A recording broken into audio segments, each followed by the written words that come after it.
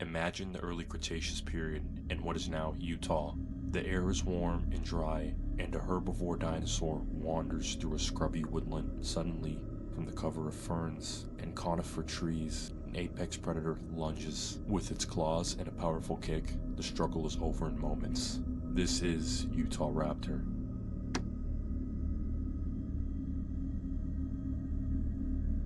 Utah Raptor lived during the early Cretaceous period, roughly 135 to 130 million years ago, in what is now the western United States. Its fossils have been found in eastern Utah, especially in the Cedar Mountain Formation, a rock formation famous for preserving an entire ecosystem of that age. Originally, scientists estimated Utah Raptor's age at about 125 million years old, but new research shows it was even older. Rocks at a Utah Raptor site turned out to be 10 million years older than previously thought.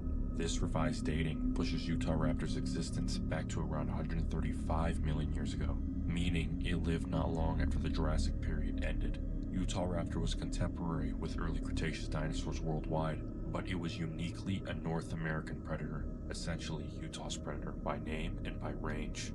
During Utah Raptor's time, the North American continent was beginning to change. The western interior sea was creeping inland, though it had not yet split the continent and the local climate. Utah Raptor's habitat was warm and seasonally dry. This dinosaur's remains were mainly found from the yellow cap member of the Cedar Mountain Formation, a layer that records a snapshot of life on ancient floodplains in Utah. Utah Raptor's world was confined to a single landmass, the fragmenting supercontinent of Laurasia. Utah Raptor lived in a semi-arid environment with pronounced wet and dry seasons. Its habitat was a broad floodplain, crisscrossed by rivers and dotted with lakes, where water was plentiful only during a short rainy season.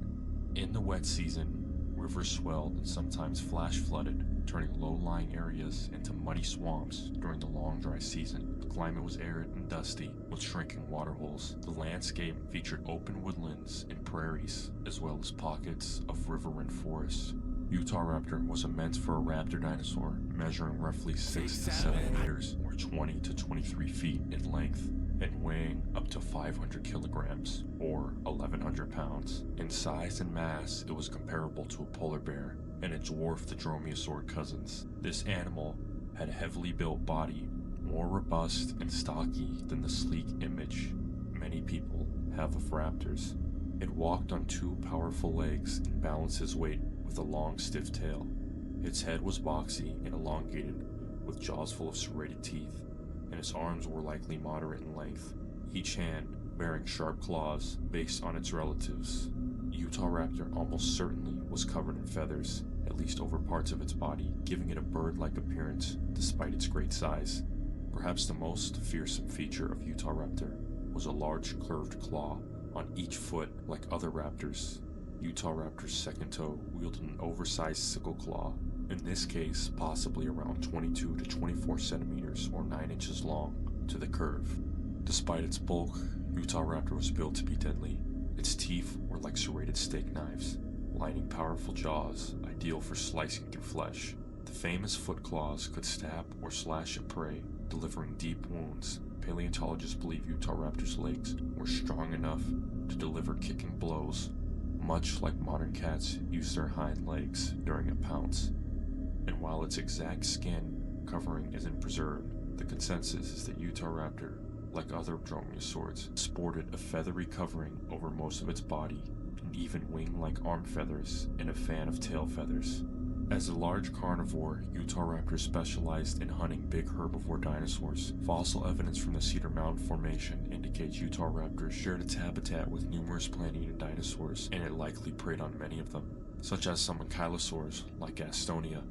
Utah Raptor also hunted ornithopods like iguanodon, and some medium ornithopods like Cetarestes and Hippodraco, ranging from 4 to 8 meters in length, some weighing a ton or even more, would have been attractive prey in addition to sauropods like Cetorosaurus and Miosaurus were present. While a fully grown sauropod might be too large to take down Utah Raptor, it could have targeted juveniles or weaker individuals. In short, Utah Raptor's diet likely consisted of the largest animals it could catch. Utah raptors' build and fossils tell us not just what it ate, but how it hunted. Its legs were muscular but relatively short, indicating it wasn't built for extended running. Instead of long chases, it likely used stealth and surprise. Paleontologist Jim Kirkland, who helped discover Utah raptor, has noted that the leg bones and overall anatomy support the idea of a powerful pouncing attack rather than pursuit hunting. Once it made contact, Utah raptor had the tools to dispatch even large prey quickly. It may have practiced raptor prey restraint, holding onto the prey with the body weight and claws and delivering repeated slashing or stabbing blows. Utah raptor's inner claws could act like meat hooks, digging into a victim's flanks while its jaws tore at the neck or belly. Some scientists suggest those big claws were used more for stabbing vital organs than for disemboweling slashes. A well-placed kick could drive the claw deep into a prey's side, puncturing lungs or arteries to quickly incapacitate the target. In essence, Utah raptor was built to take prey down fast in a close ambush. A few seconds of violence that decided life or death. Another question is if Utah raptor hunted alone or in groups. Hollywood often depicts raptors coordinated pack hunters thanks to Jurassic Park's creative liberty with Velociraptor, but actual evidence for pack behavior in dromaeosaurs is debated. In Utah raptor's case, we do have a clue, a remarkable fossil site where multiple Utah raptor individuals were found together. This site preserved at least 7 Utah raptors of different ages in one place. Such a find could indicate social behavior, perhaps a family group or a hunting pack, or it might simply mean several predators died while drawn to the same carcass or hazard, or a feeding frenzy scenario. The ambush hunting style wouldn't require a pack. A single Utah raptor could likely bring down prey on its own if it picked the right target. However, a group of Utah raptors might have been able to gang up on especially large prey or to scavenge cooperatively without driving each other off. So far, scientists lean toward Utah raptor being somewhat social, but not necessarily a pack hunter, like wolves. The bone bed with multiple individuals suggests they tolerated each other, or at least at a kill site or during a catastrophe. It's possible Utah raptor lived in small family units, maybe adults with offspring, or loose associations of individuals that came together when convenient. They might not have executed complex coordinated attacks, but even a loose mob of Utah raptors would be a formidable sight around a trapped or dying herbivore. Research is ongoing to determine if the Utah raptor group died all at once, suggesting a cohesive pack caught in a single event, or over time, suggesting individuals drawn in one by one. For now, the jury is still out. What's clear is that Utah raptor was an effective hunter, capable of bringing down large prey, whether solo or with help. As far as any other predators in the area, a 500-kilogram killing machine at the top of the food chain, other predators are not your main worry. It's safe to say that a healthy adult Utah raptor had virtually no natural predators in its environment. No larger carnivore existed to hunt it, so an adult Utah raptor would not fear being preyed upon. Although we will never know what it was truly like when dinosaurs roamed the earth, the fossils they leave behind will provide us with endless fascination and horror at the same time. So do you think you could have survived when Utah raptor roamed the earth?